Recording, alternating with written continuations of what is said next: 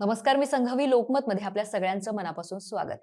गोव्याच्या राजकारणात पुन्हा एकदा विरोधी एकजुटीची चर्चा रंगू लागली आहे. विरोधी पक्षनेते युरी आलेमाव यांनी 2027च्या निवडणुकीत भाजपाला सत्तेबाहेर करण्यासाठी काँग्रेस, आम आदमी पक्ष आणि गोवा फॉरवर्ड यांच्यात चर्चा सुरू असल्याचं कालच सांगितलं. आणि आज काँग्रेस प्रदेशाध्यक्ष गिरीश चोडणकर आणि गोवा फॉरवर्डचे अध्यक्ष विजय सरदेसाई यांची बैठकही झाली आहे. मग गोव्यात भाजपा विरोधात नवी आघाडी आकार घेतेय का, की आणखी काही वेगळा विषय आहे? पाहूयात सविस्तर. गोव्यात 2027च्या विधानसभा निवडणुकीची तयारी आतापासूनच सुरू झाली आहे आणि विरोधकांनीही भाजपाला रोखण्यासाठी रणनीती आखण्यास सुरुवात केली आहे.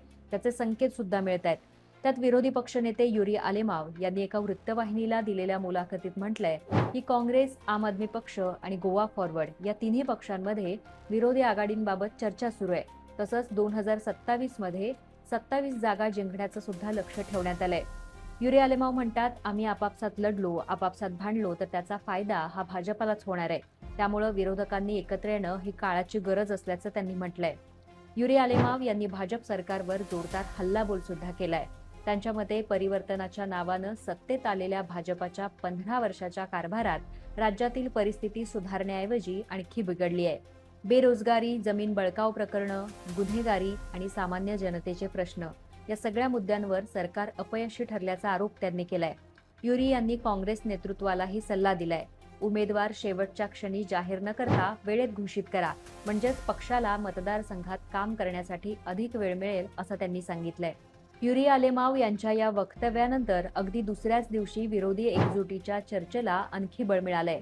आज काँग्रेस प्रदेशाध्यक्ष गिरीश चोडणकर आणि गोवा फॉरवर्डचे अध्यक्ष विजय सरदेसाई यांच्यात महत्त्वाची बैठक झाली. बैठकीनंतर गिरीश चोडणकर यांनी सांगितलं, भाजप सरकारच्या कारभारामुळे जनतेसमोर उभ्या राहिलेल्या प्रश्नांवर चर्चा झाली आहे. तसंच विरोधी युती आणखी मजबूत करण्यावरही चर्चा झाली आहे. चोडणकर यांनी स्पष्ट शब्दात सांगितलं की शिस्त, परंपराचा सन्मान आणि युतीचा धर्म पाळला तरच ही आघाडी यशस्वी होईल.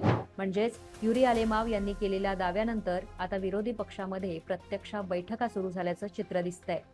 आता या राजकीय हालचालींचा अर्थ काय, तर 2022च्या विधानसभा निवडणुकीत भाजपाला 20 जागा मिळाल्या, काँग्रेसला 11, आपला 2 तर गोवा फॉरवर्डला 1 जागा मिळाली. विरोधी मतांचं विभाजन झाल्यामुळं भाजपाला सत्ता राखणं सोपं गेलं, अशी विरोधकांची भूमिका आहे.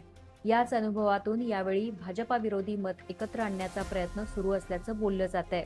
मात्र राजकारणात चर्चा आणि प्रत्यक्ष आघाडी या दोन वेगळ्या गोष्टी आहेत. कारण जागा वाटप कसं होणार, कोण कुठून लढणार, आपची भूमिका काय असेल, मुख्यमंत्रीपदाचा चेहरा कोण असेल, असे अनेक प्रश्न अजूनही अनुत्तरित आहेत.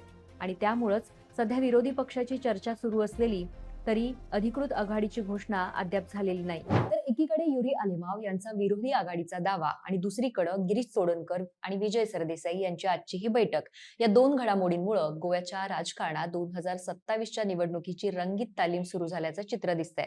मात्र या चर्चेचं रूपांतर प्रत्यक्ष आघाडीत होतं की निवडणुकीपूर्वी पुन्हा एकदा राजकीय समीकरण बदलतात, हे पाहणं महत्त्वाचं ठरणार आहे. अशाच माहितीपूर्ण व्हिडिओसाठी आमच्या लोकमत गोवा या YouTube चॅनलला सबस्क्राईब करा. तसंच फेसबुक आणि इंस्टाग्राम या पेजला फॉलो करायला विसरू नका.